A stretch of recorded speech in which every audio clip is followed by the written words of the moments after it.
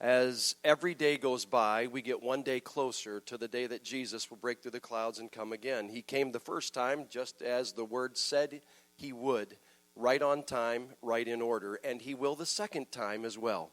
But as we get closer to the day of his return, the Word of God says something very specific about the condition that exists around us. And let me just read a couple of verses from 1 Thessalonians chapter 5. Now, as to the times and the epochs, brethren, you have no need of anything to be written to you. For you yourselves know full well that the day of the Lord will be just like a thief in the night. We don't like hearing that, thieves in the night. While they are saying peace and safety, then destruction will come upon them suddenly, like birth pangs upon a woman with child, and they shall not escape. But you, brethren, are not in the darkness, but the day should overtake you like a thief. For you are all sons of light and sons of day. We are not of night nor of the darkness. So then, let us not sleep as others do, but let us be sober and alert. For those who sleep do their sleeping at night, and those who get drunk at night. But since we are of the day, let us be sober, having put on the breastplate of faith and love, and as a helmet, the hope of salvation. For God has not destined us for wrath, but for obtaining salvation through our Lord Jesus Christ, who died for us, that whether we are awake or asleep, we may live together with him. Therefore, encourage one another and build up one another, just as you are also doing. We recognize in this day, we're one day closer today to Jesus returning than we were yesterday. And many people are going to be saying, peace and safety. Matter of fact, if you listen to the campaign trail, most of them are going to be saying, America's going to be better. And yet we recognize that sin is growing. And darkness is growing. But we have a hope, don't we? We are not children of the night or of the darkness. We're children of the light. And we recognize it has to get dark before the dawn breaks. And we have a sun, S-O-N, that's coming to bring light. But in the meantime, I am glad that we are surrounded by guys like this who can help us push back the darkness at least a little bit and govern it. So we are glad that we can honor these guys today, and it is our privilege to have them here with us. What I'm going to do is just introduce the four main characters in our story today, and then they have a supporting cast that we will allow them to introduce once they get up here. I didn't have a chance to greet Jeff, but I see him here, Jeff Vanderpool. He's the director of our EMS unit. You come up, Jeff, take one of these seats. Also, the fire chief, John Chapin, is coming. I see Chief Marco from the New London Police Department, and then Todd Corbin, who's the Huron County Sheriff. You guys all come. And then what I will ask you guys to do is introduce those that are here with you. And just know that at the end of our time together, we will also pray for these. So elders, be ready to come. And we will gather around these and those that they brought with them. We want them to come and be part of our prayer time as well, because we want to support them that way. They're just as tall as I am, and they're sitting.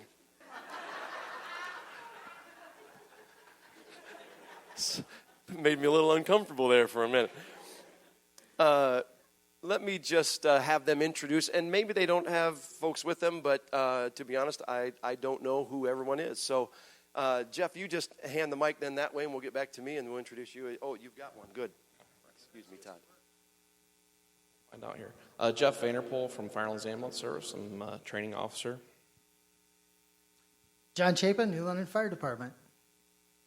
Chief Mike Marco, New London Police Department. Two of my officers here, Sergeant Miracle sitting there raising his hand, and Officer Wilson Velasquez all the way in the back where he was told to stay. No, you can stand up. It's okay. He's actually the on-duty officer, so he has to sit in the back just in case there's a call. Awesome. I'm sorry I'm in your way. Sheriff Todd Corbin. I have with me Chief Deputy Dave Ditz and Major Chuck Summers. Awesome. We are glad that they're here. Give them a round of applause.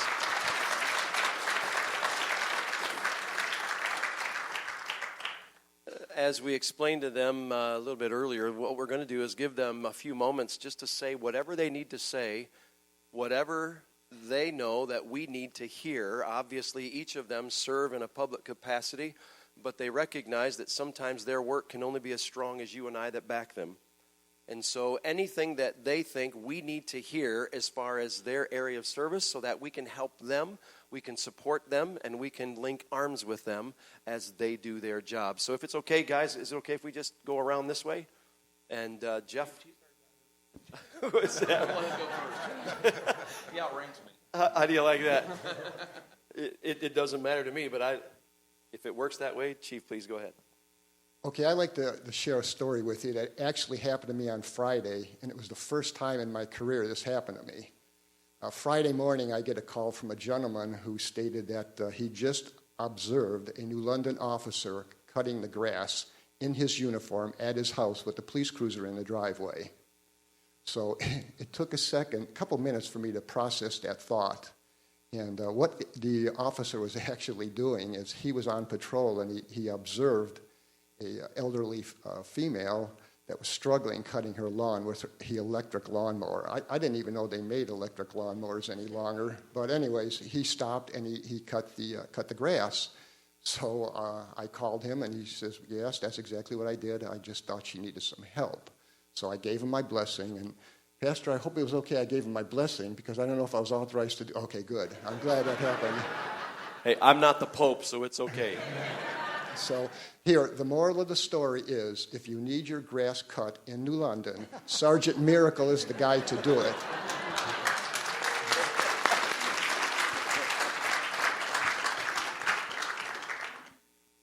I got the mic now. I don't know why. I'm your guys' sheriff, and just like Pastor said, we're here to serve. I got two of the best guys I could ever have asked to work for me, of the same mindset. The mindset is that we work for you, and we are only as strong as you guys make us.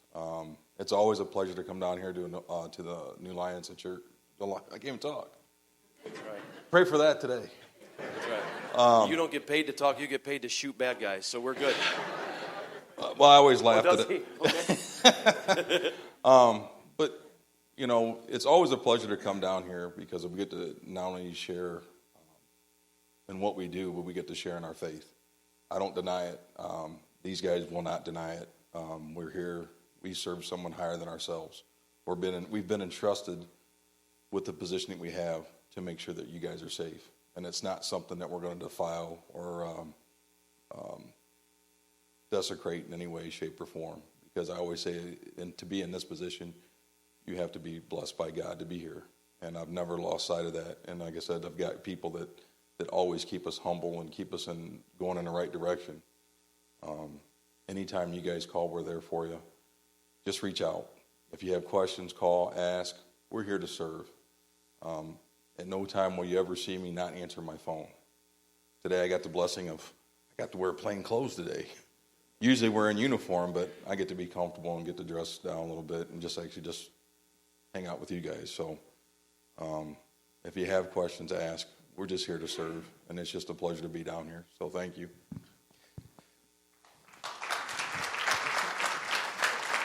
And which, by the way, you will also have time to ask any of these guys questions in just a moment. So when he says if you have questions, ask, we mean that literally. So we're going to give you an opportunity to ask any question of these guys that you might have. Please, John. I was looking at my phone to see if I had your number, to see if you'd answer your phone. But I don't have it with me, so... That's one thing good about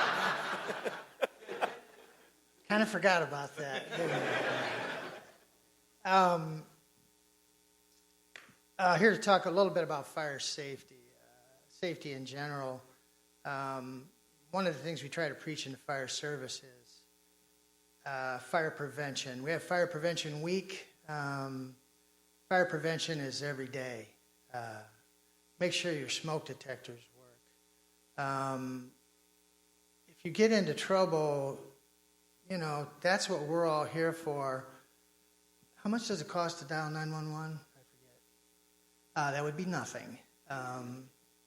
Pick the phone up if you need help, if you see something going wrong. There's a lot of things that go wrong in the world. And protect yourself as best as you can. If somebody's in trouble and you think you can help, that's fine. But if it's a little bit over your head, don't get into a problem yourself. Call us. And we all work together. I don't know if you guys know how well we all work together. If we have a fire in the village of New London, Jeff's going to be there. Chief's officers are going to be there. If we're out in the township, deputies are going to be there. If there's an accident, we're all going to be there. We work together, and we do it not for us, but for those that called us that need help.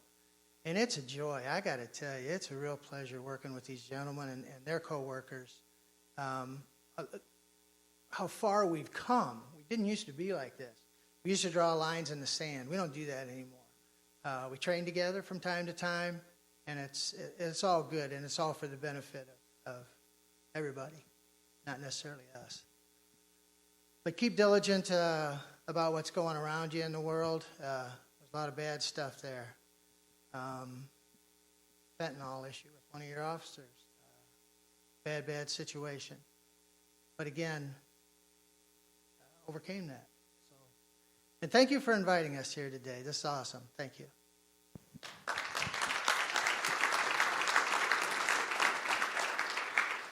As John said, if you ever need help, call us. One of the most common things that we hear when we go out on squad calls is, I didn't really think that I really needed you, but I tell everybody, I don't care what time it is, night or day, you think that you need medical help, call 911. I'd be more than happy to come out, take your blood pressure, talk to you, figure out what's best for you. This time of year, big thing, stay hydrated. One thing to remember, I hear a lot of people will tell me, well, I drink a lot of tea. Just remember, anything that has caffeine in it will dehydrate you. And in this warm weather, we went from rain and cold to this glorious warm weather we've been having, is people are getting dehydrated, working outside more often, which we're dealing with a lot more heat emergencies right now. So please drink plenty of water and take care of yourself. And like John said, need us, call us. I'd rather come out, find out that you don't really need us, than to wait and something that was a minor issue becomes a major issue. That's about all I had. Awesome.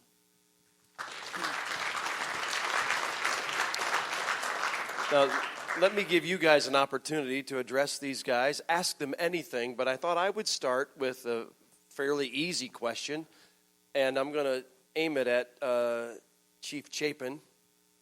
And I just wonder what is in your heart when you decide to take people's vehicles and move them where they don't belong.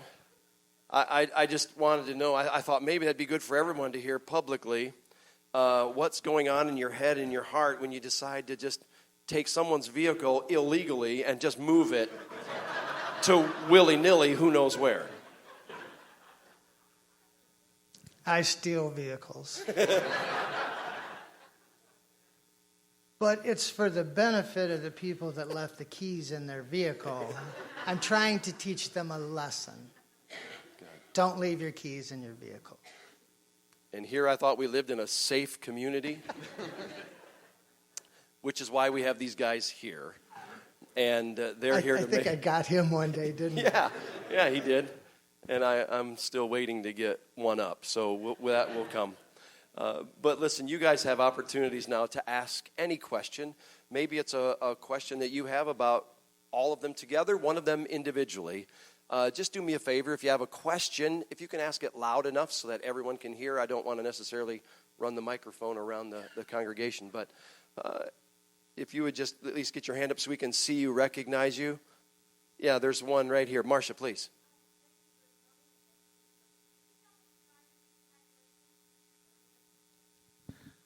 One of the big things is when you're first exhibiting dehydration, we do a thing that's called check your skin turgor. It's a very medical term.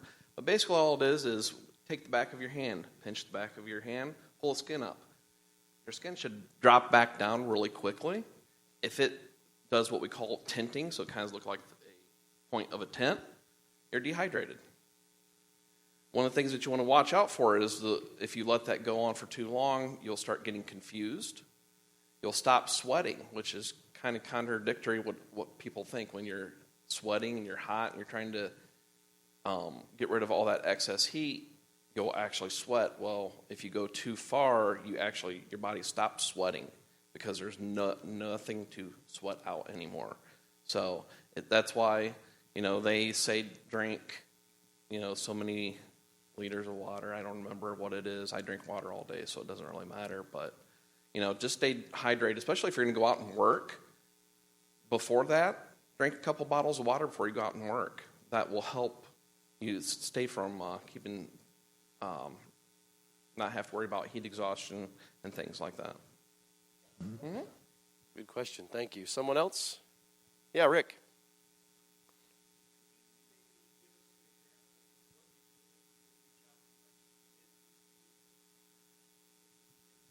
For us?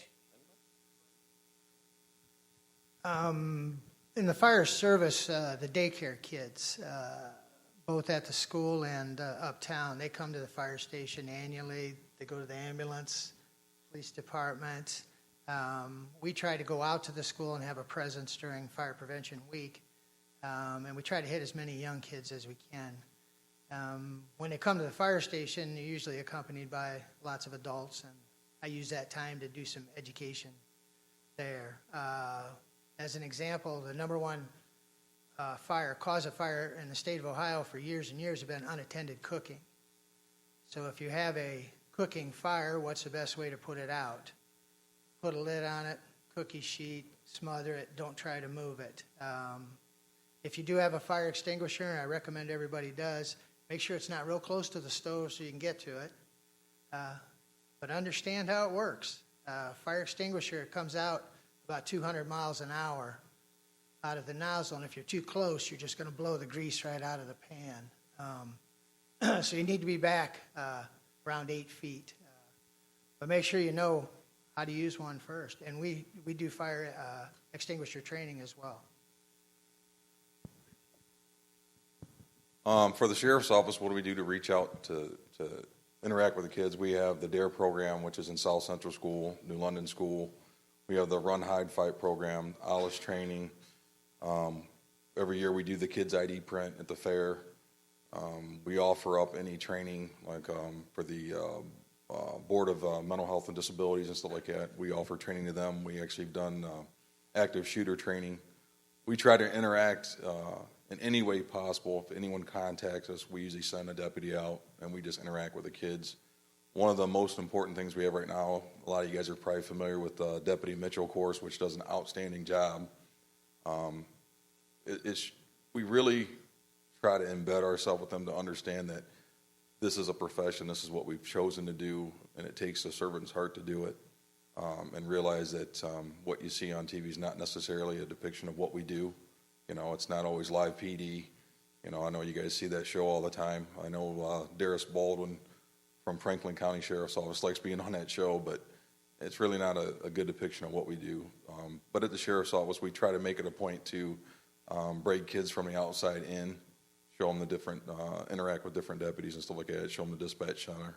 So we're working really hard to have a relationship with kids, because it starts from this high to this high. All of us were taught at a certain point, respect hasn't lost its luster. It's just not being taught in the homes, and sometimes we have to defeat that.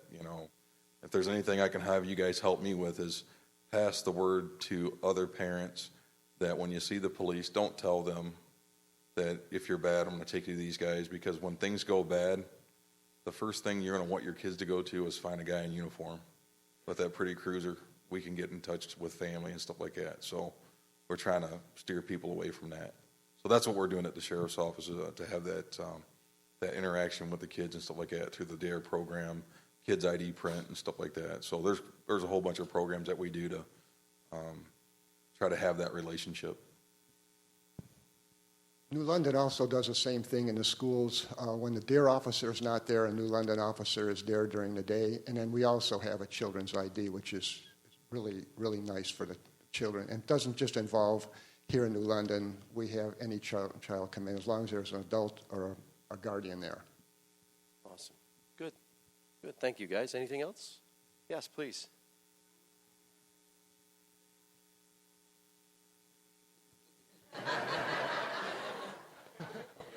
I'm taking a mic because I'm the youngest. I've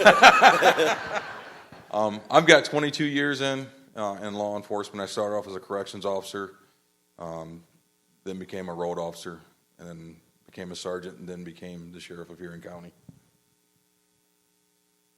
I've been the chief here for 10 years, and I retired from Cleveland Heights, and I'm not going to tell you how long I've been here because you're not going to believe it.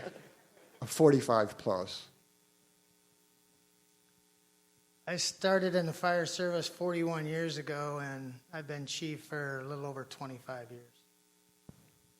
Sorry, Sheriff, I have you beat. I've only been doing this for 20 years, but I'm also the youngest probably, so.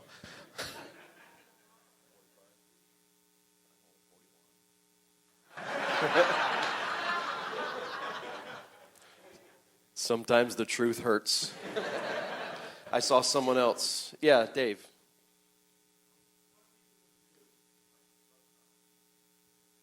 Great question. I'm actually excited about that. We have the ALERT program, Area Law Enforcement Reaction Team, which is a free program for anyone that's in active addiction that can walk into the sheriff's office to turn themselves in. We check them for wants or warrants, and then we get them to what they call a peer supporter, and that peer supporter takes that person, and we try to find an in-drug treatment facility for them at no cost to them. The other thing that we're doing is that we're going to be offering Vivitrol inside the jail now. It's never happened. This is the first time we're doing this, but it's also with psychological and drug addiction counseling. So that's going to be offered in the jail. So before people get released, we're going to be giving that to them. So we're going to be administering that to them now. The next part is the cooperation, collaboration between all the agencies in Huron County. We've had a huge impact on drug trafficking. The joke right now, and you can actually talk to the jail administrator, which is Chuck, or the chief deputy, that we monitor all incoming phone calls that inmates receive. And one of the great things I like about it is that they are actually talking about they don't want to come to Huron County because we're tracking people down. I don't care what county you're in. You come to Huron County, and we'll find you, we'll put you in jail, and we'll make an example of you. But we are doing everything, every possible way to control the problem. I don't know if we're ever going to be able to stamp it out. I don't think we're going to ever be able to stamp it out, but I think we can control it. At least set the tone and the message to people that if you do this in our county, we will arrest you and we will charge you. And if you sell drugs to someone that happens to overdose or dies, we're going to charge you with involuntary manslaughter. We're going to hold you accountable. There's going to be consequences for your actions. I think for too long, it's kind of been like a blind eye. The other part is that there are so many programs that are available in Huron County that people don't realize how many programs there are. We just can't get enough people to come forward. But to answer your question is that active investigation, you'll see more deputies out on the road. You're seeing us working with the U.S. Marshal Service. You'll see the Metro Drug Task Force. We've had the FBI down. I mean, we've worked with the U.S. Postal Service as far as drug investigations, people actually ordering drugs through the internet and having it delivered to the house. We've done a couple search warrants, taking people off when they receive the drugs. There's a lot of things going on. I know that people don't see me in a paper, and I don't tell people a lot of things because I like to keep my tactics hidden behind me. You know, I want people to know that we're doing the job, not necessarily see everything that we're doing, but there's a lot that's going on. When you have Common Pleas Court and the Norton Municipal Court saying they got a 34% increase in their caseload, it's because of the men and women from every department in the county working together tracking these people down and holding them accountable. Again, I can laugh at this. Richland County doesn't want to send their confidential informants to Huron County because if we catch them, we're just going to charge them and put them in jail. Because what's happening is they're coming up here, they're creating a business and problems for us and going back down there. Well, if we get intel here, we start the investigation, we hand it off. We're making sure we're doing our due diligence. You can check with the surrounding agencies, Erie County, Sandusky County, Richland County. We've worked with a lot of different agencies as far as a lot of intel that goes back and forth for drug investigations. So there's quite a bit that's going on. I'd just like to add just a few things from what the sheriff said. The problem with law enforcement is we work under the radar. We cannot publicize what we do. So naturally, everybody here is probably wondering, well, what do we do? Well, there was the answer right there. Unfortunately, we just cannot publicize what we do. A lot of it is things are under investigation, and to say something, could compromise that. Good, thank you. I have nothing to say about that. Oh, okay, all right. And you will recognize, too, that these guys as law enforcement and safety forces, almost everything that they do is reactionary. To be proactive would probably involve you and me. And to be able to help these guys do what they do in a reactionary way takes us to be proactive. And so I think if you're looking for a complete answer, you probably need to address the proactive piece as well as the reactive piece. So good question. I saw someone else. Yeah, Sherry.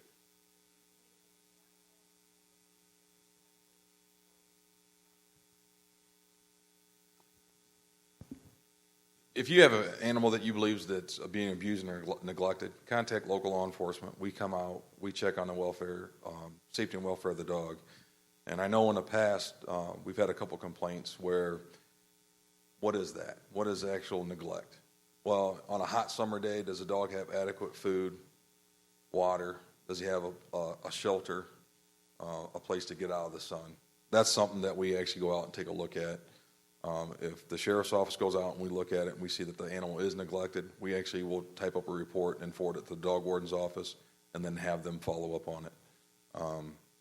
That's mainly what we do. We go out and we just check on the welfare of the animal to see if it is well cared for, if it's been properly taken care of. We kind of look at it from the same standpoint. If it was my animal, how would I want it to be cared for? If it doesn't meet that standard, then we'll follow up with it, again, with a criminal investigation, looking for animal cruelty or something like that. Or we'll reach out to the Humane Society. So we got a couple different pieces that we'll work with to make sure that the animal's being cared for properly. You don't have any issues with your neighbors, do you?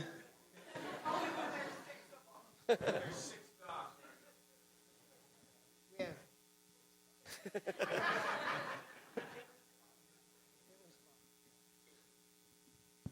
Good.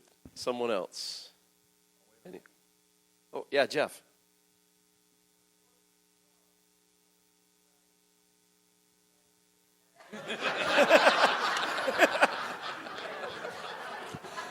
This might be a question not answerable to help keep others accountable, I think. I don't know.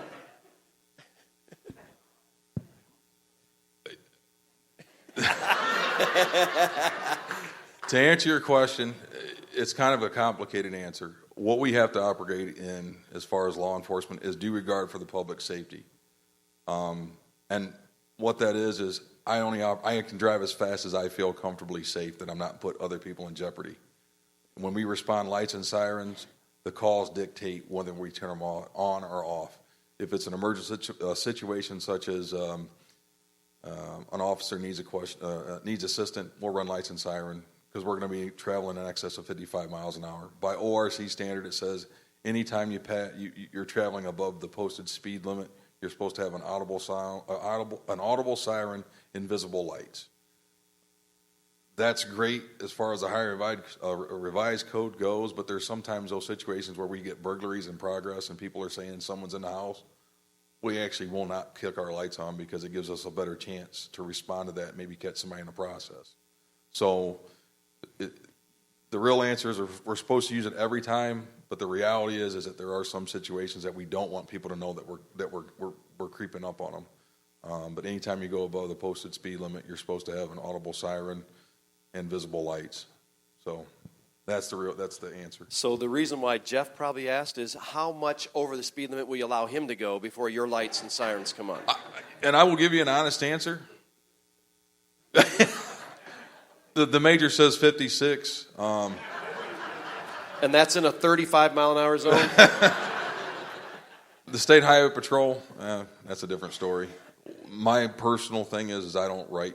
I'll stop you for 10 over, but once you reach 12, I don't ask questions. Sometimes I'll ask you, and every officer's different. I usually ask you, what's the reason for it? Is there, you got a family member to the hospital, you got a medical emergency, something's going on.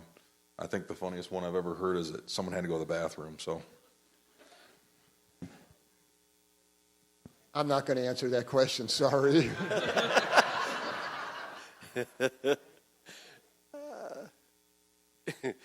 Appreciate your honesty and your valor, Jeff. Someone else. Yeah, Gail.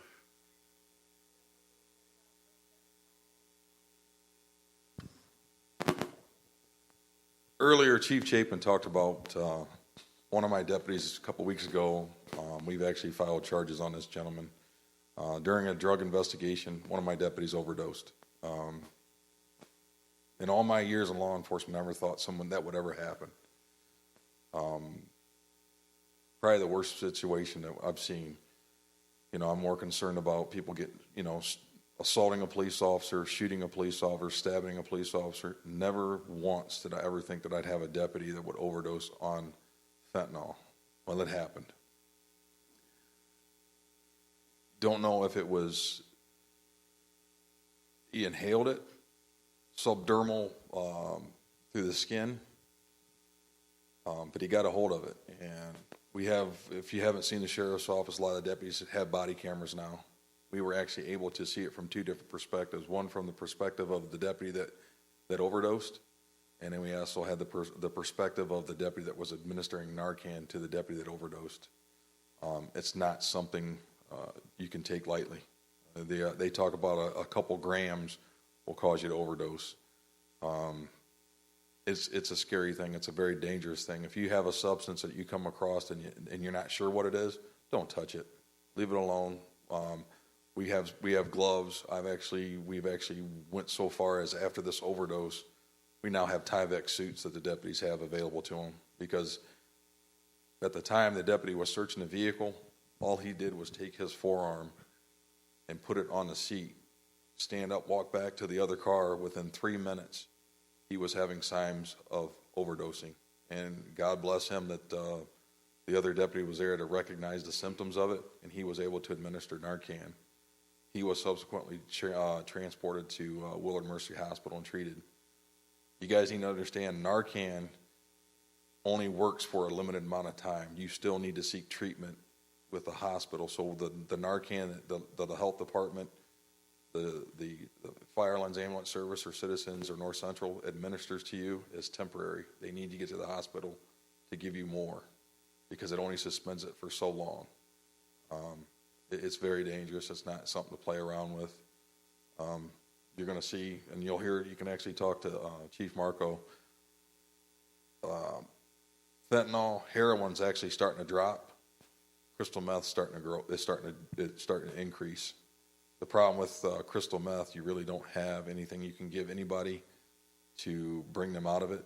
You just treat the symptoms. So, if they're in psychosis or they're acting erratic and stuff like that, only thing we can do is pretty much subdue them, lock them down to a cart, give them IV fluids and stuff like that, and wait for them to come out of it. It's not a joke. And one of the things I'll tell all the young kids in here is that don't be pressured into a situation.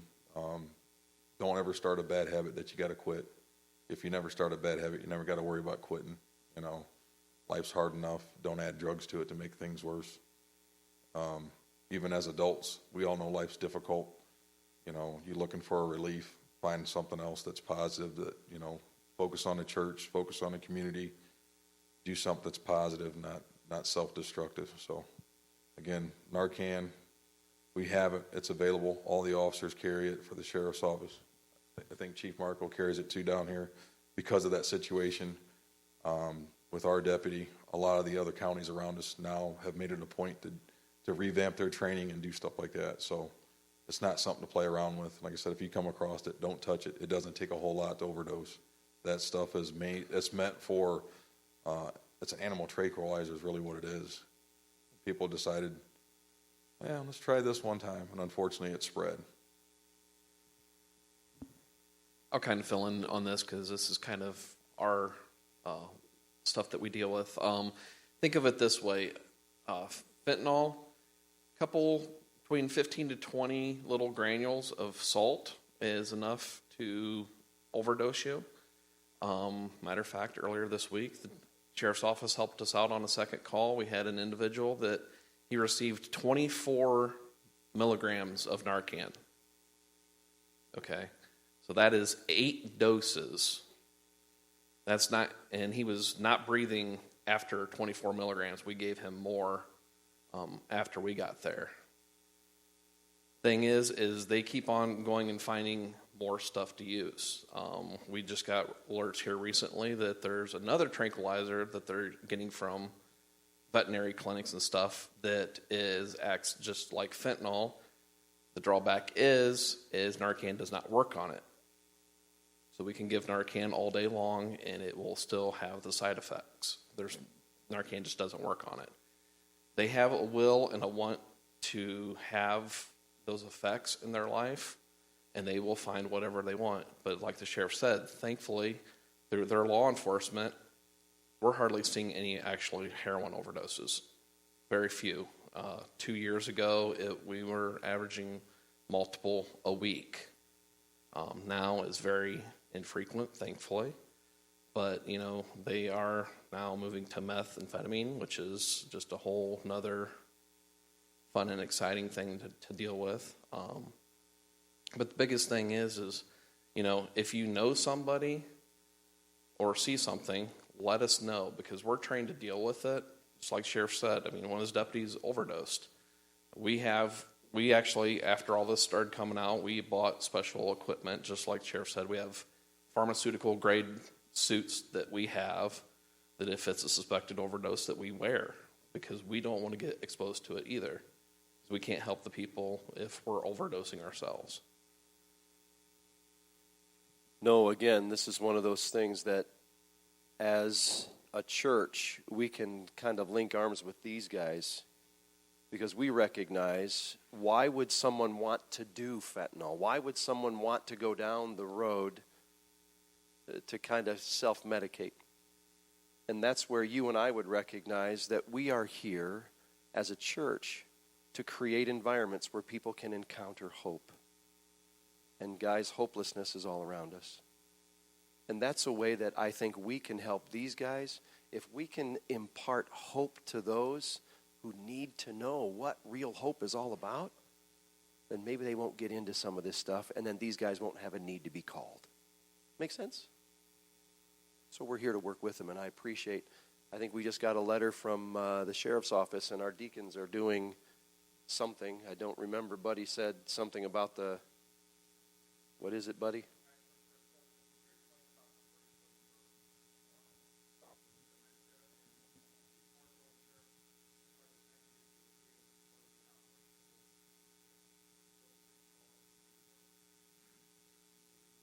Yeah. What we have is it's Project Lifesaver. Project Lifesaver is a GPS monitoring device that we put on people that have dementia, Alzheimer's, or have a child that's special needs. So if someone wanders away from home, we're able to actually get out a tracking unit and be able to pinpoint where that person is. We have several people, the fire departments, and a lot of the people in the area are trained to use this. It's available to you. All you have to do is contact the sheriff's office. We're the administrator of it. We hook you up with a program, and we send you to, we take down all your information, and someone will reach out and contact you. The monitor and bracelet's like $325. Some people have the ability to pay. Some people do not. The people don't have the ability to pay. We offer to them at free. The only thing that we ask is that you make sure you take care of it. And we change the battery every 30 days. So about every 30 days we come out, we check the bracelet, make sure that it's working, it's functioning properly. Again, it's another peace of mind because not everybody has the ability to, put their child, mother and father or something like that into a nursing home. That's, you're talking about $5,000 or $6,000 a month. I always say home care is better than any care that you can receive because you have family, you're surrounded by family that's taking care of you. But the project is called Project Lifesaver. We have brochures and stuff like that. You can actually check it on the Huron County Sheriff's Office website. That information is available. But if anyone has someone that they think that would be a great candidate, by all means, reach out to us and we'll get that information to you. Good. Yeah.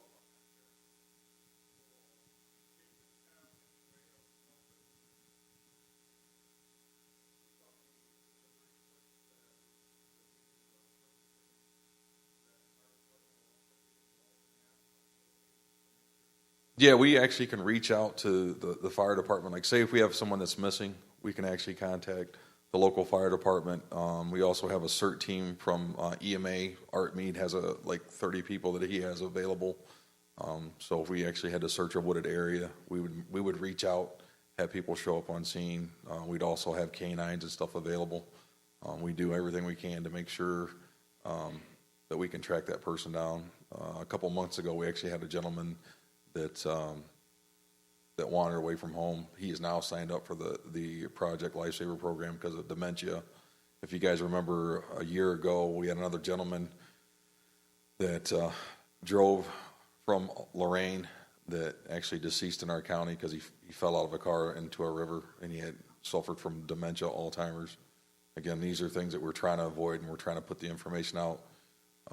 Hopefully here in the future you're going to get some more information because I think it's a very undersold project that I think would do a lot of good for a lot of people. And I'm glad you brought that up. So if you guys have someone that you think would be a good candidate or someone that could make use of the program, please reach out to us. That's what we're here for. Again, we have trainers. We have, train the trainer. We have people available at the sheriff's office that can sit down and put up a training class for anybody. So, that answer your question? Okay. Awesome. I saw Vicky, yeah.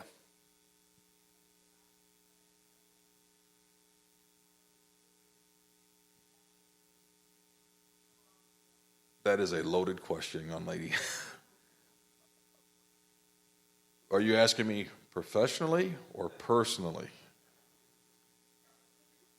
Professionally, there's not a lot of Suboxone clinics. There are doctors out there that are prescribing it. So there is Suboxone that is available. I'm not a fan of it, personally, only because what you're doing is you're substituting one drug for another one. My philosophy is if the only way that you can be sober is quit using drugs. But there are Suboxone's out there. I know that they approached us as the sheriff's office to want to put that in there. I said no because I've been to calls where I've seen people with the Suboxone patches chew on them. I've seen them dilute it in water and then try to inject it with syringes. Not a big fan of it. Even the methadone can be abused. Again, I believe more in abstinence of drugs. You're substituting one drug for another. Again, I can see in the beginning just to help people get over the hump. But once they get over the hump, they should start clean living. And then again, what I've seen so far is that you need the counseling, you need the peer support, you need the recovery addiction services. Again, what we've tried to do at the sheriff's office is get you the training, the education, get you the drug support, find a job, trying to build you back up and let you start over. Because that's the only way these people are going to succeed. And just like Pastor said, is that it takes the support of the community to get these people back on their feet. We know they've made mistakes, but nobody's perfect. You just got to be a loving and caring community with open arms and giving people an opportunity to redeem themselves and set them on the right path. But Suboxone, again, it's out there. I'm not a fan of it. Doctors prescribe it. Like I said, because it can be abused. Sheriff, you keep passing this on to me. You're doing a heck of a job. Just keep it up. Yeah, I think there's one more. This will be the last one. Go ahead, Eric.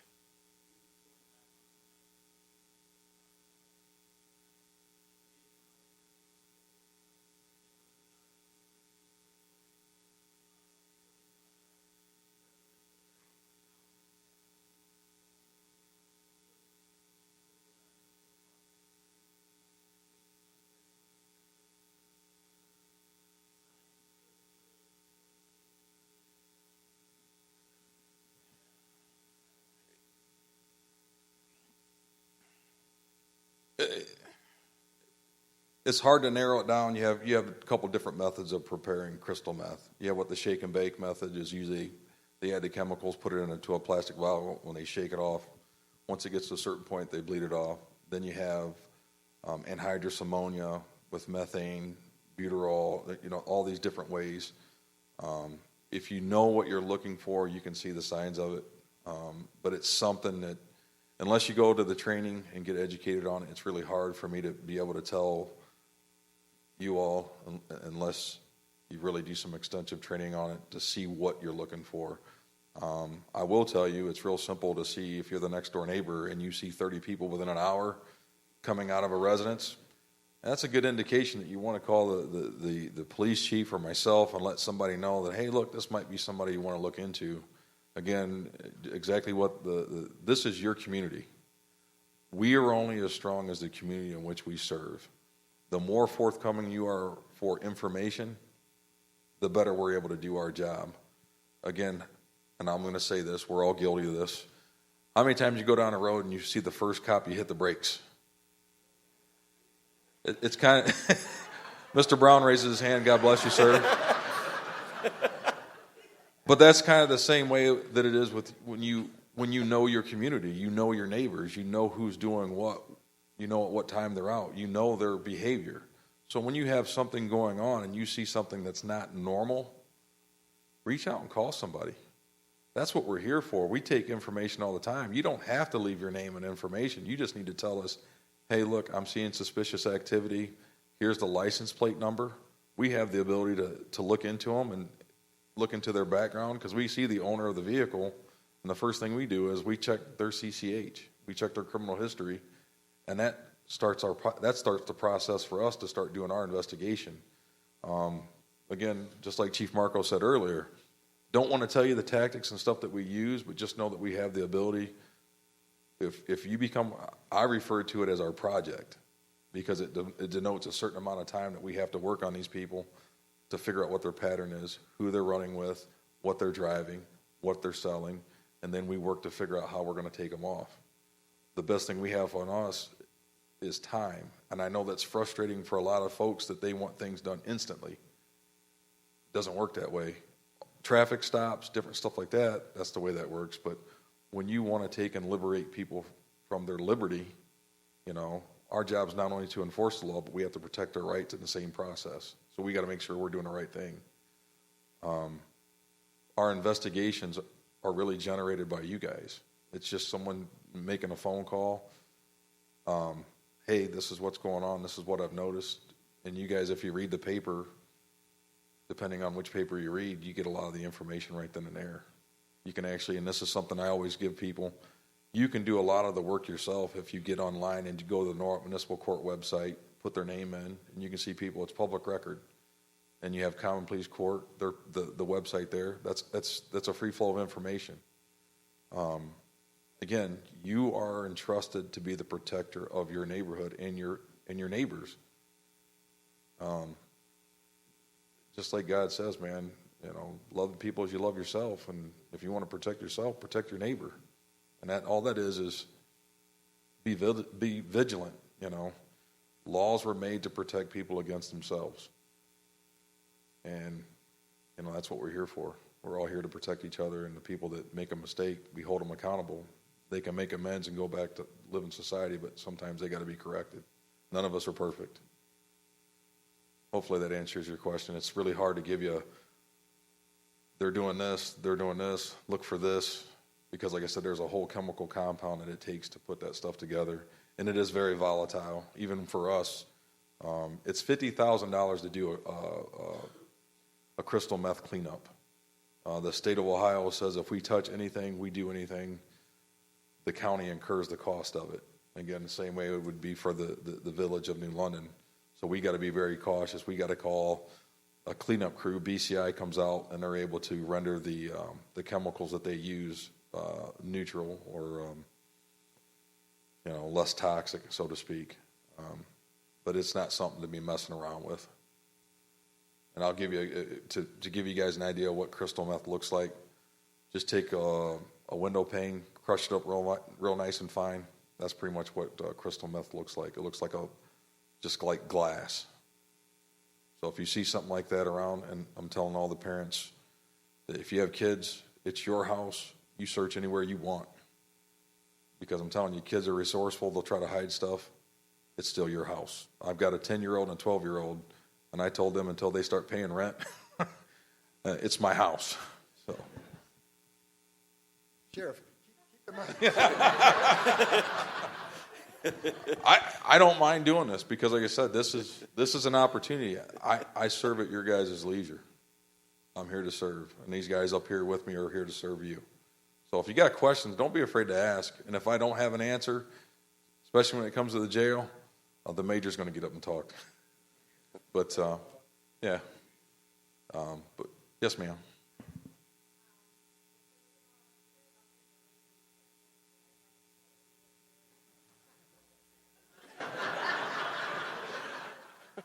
No, I would have to tell you, you probably got to get up a little earlier in the morning. Change your style a little bit because it's cheaper to keep your money in your pocket than it is to pay us. Yes.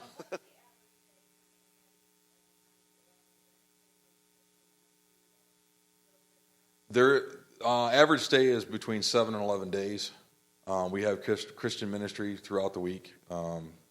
My policy has always been, if you got the time, come in. We'll make room for you. The jail has specific times throughout the week where we have to have. Monday through Friday is pretty hectic. We have court appearances that inmates have to go to.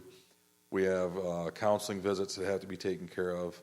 We have sick call visits where the inmates, while they're in our care and custody, have to be screened, deal with their medical issues. A lot of people think that we're dealing with young men and women, the able-bodied. No, we take pretty much everybody with their health conditions, whether they be diabetic, high blood pressure, amputees, active drug addiction. We deal with all that. So we have a lot of things that's going on in the course of the week. We try to make sure everyone's taken care of in every way, whether it be mentally, physically, emotionally, spiritually. I've told people, if you got time, that we're 24/7, 365. You got time, you want to administer to them, come in. The joke is they're a captive audience. So they're not going anywhere. I mean, but like you'd be surprised, and I can say there's some success stories. There's people that actually come in thinking that they're going to manipulate, church, and all of a sudden it changes them.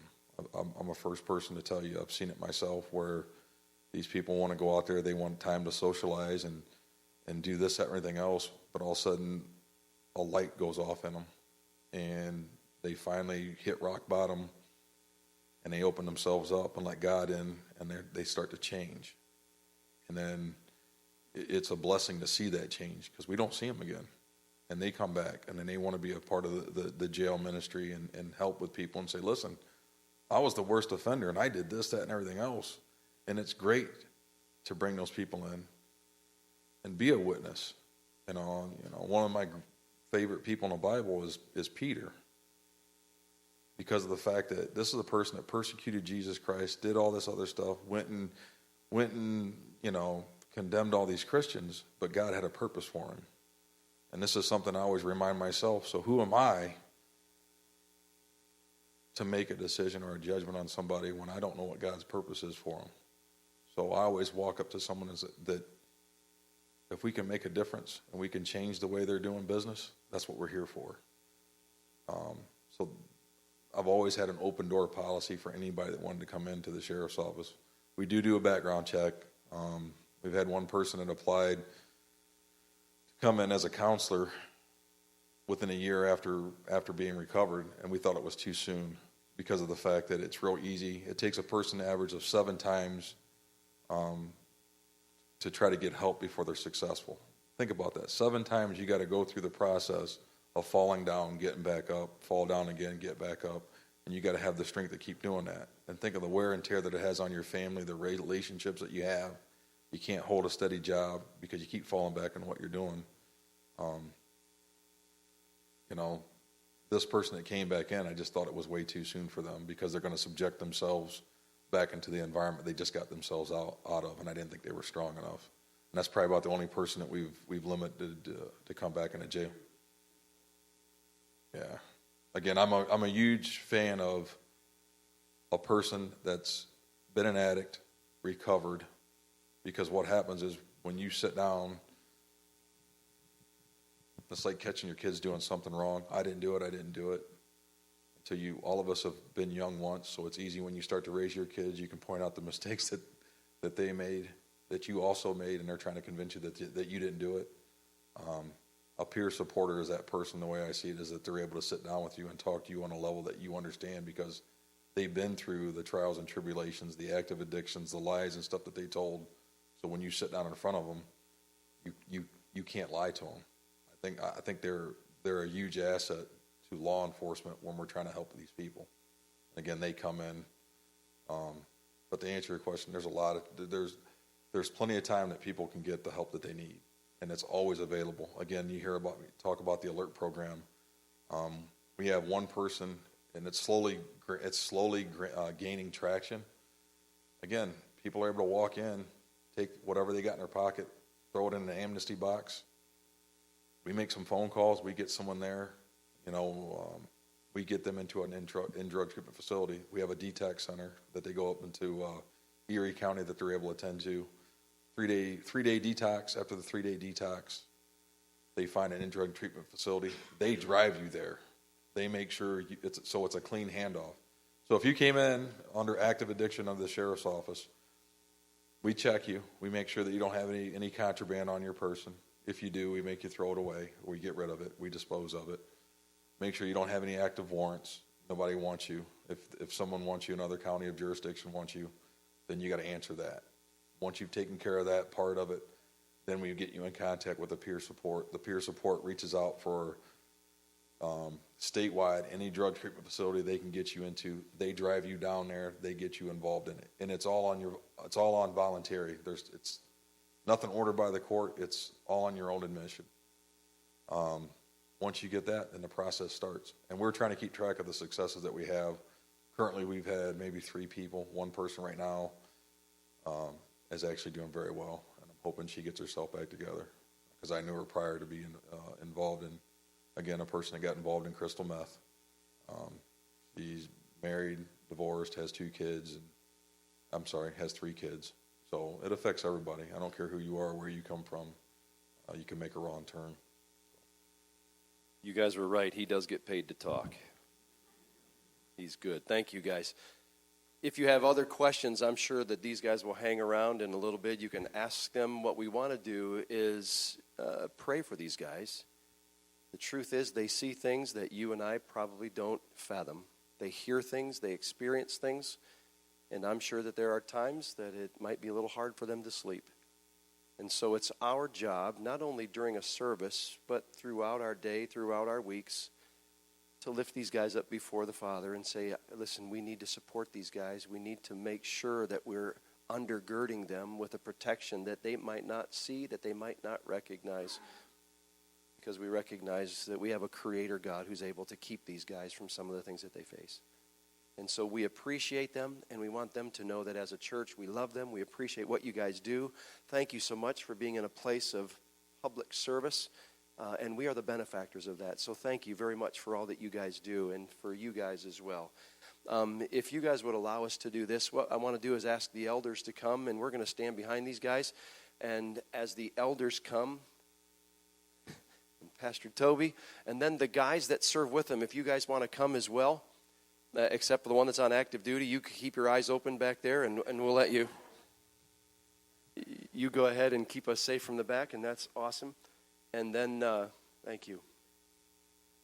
And then we'll give us a chance to ask God to do something great. I'm a short fella. Yeah. Yeah. So, again, and thank you guys, not only for coming, but for all that you do, and for not arresting Amy on her way to church on Sunday mornings.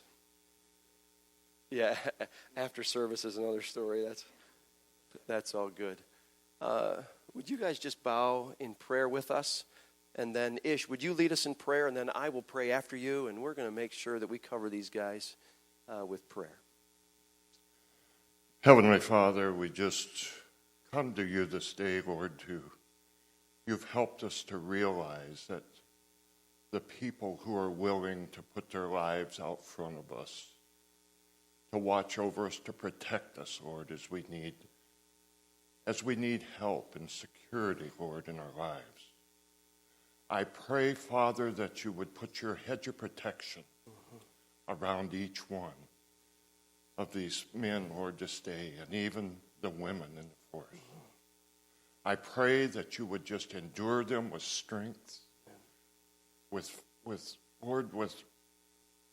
faith to walk according to what you would have them to do and how to treat situations. Give them wisdom and understanding. And I pray, oh Lord, that you would protect them. Put your hedge of protection around them. Bless them in what they do, Lord. And we thank you in Christ's name.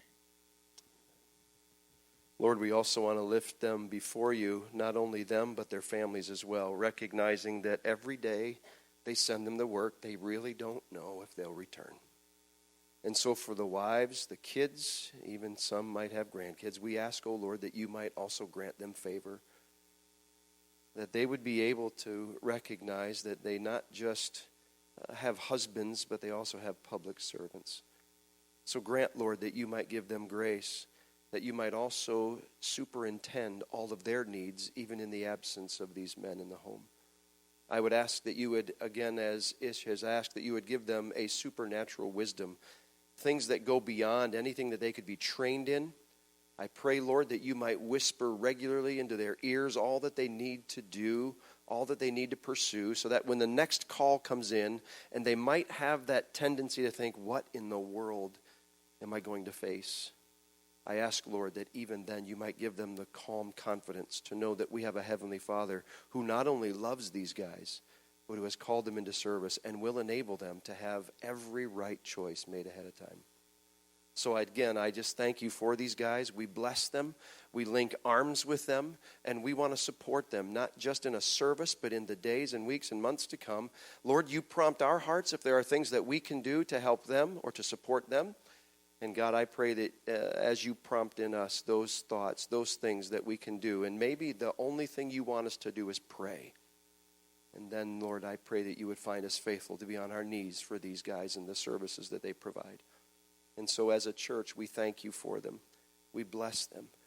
And we just can't thank you enough for the fact that they're willing to step into a place, even in these days. Lord, as I read from 1 Thessalonians, Lord, sin abounds. And it's everywhere, and it's dark. And these guys are stepping in a place to combat the darkness. Again, lay your hand upon them. May you smile upon them, and may you protect them. And we ask all of these things, thanking you for the privilege of linking arms with them. In the name of the Lord Jesus Christ, we pray. Amen. Again, we're going to conclude. These guys will be up and I'm sure around a little bit. And just thank them for their service. Have any other questions, I'm sure they'll be available. And again, thank you guys for making time out of your schedule to come here with us. We appreciate you. Let's give them one last round of applause.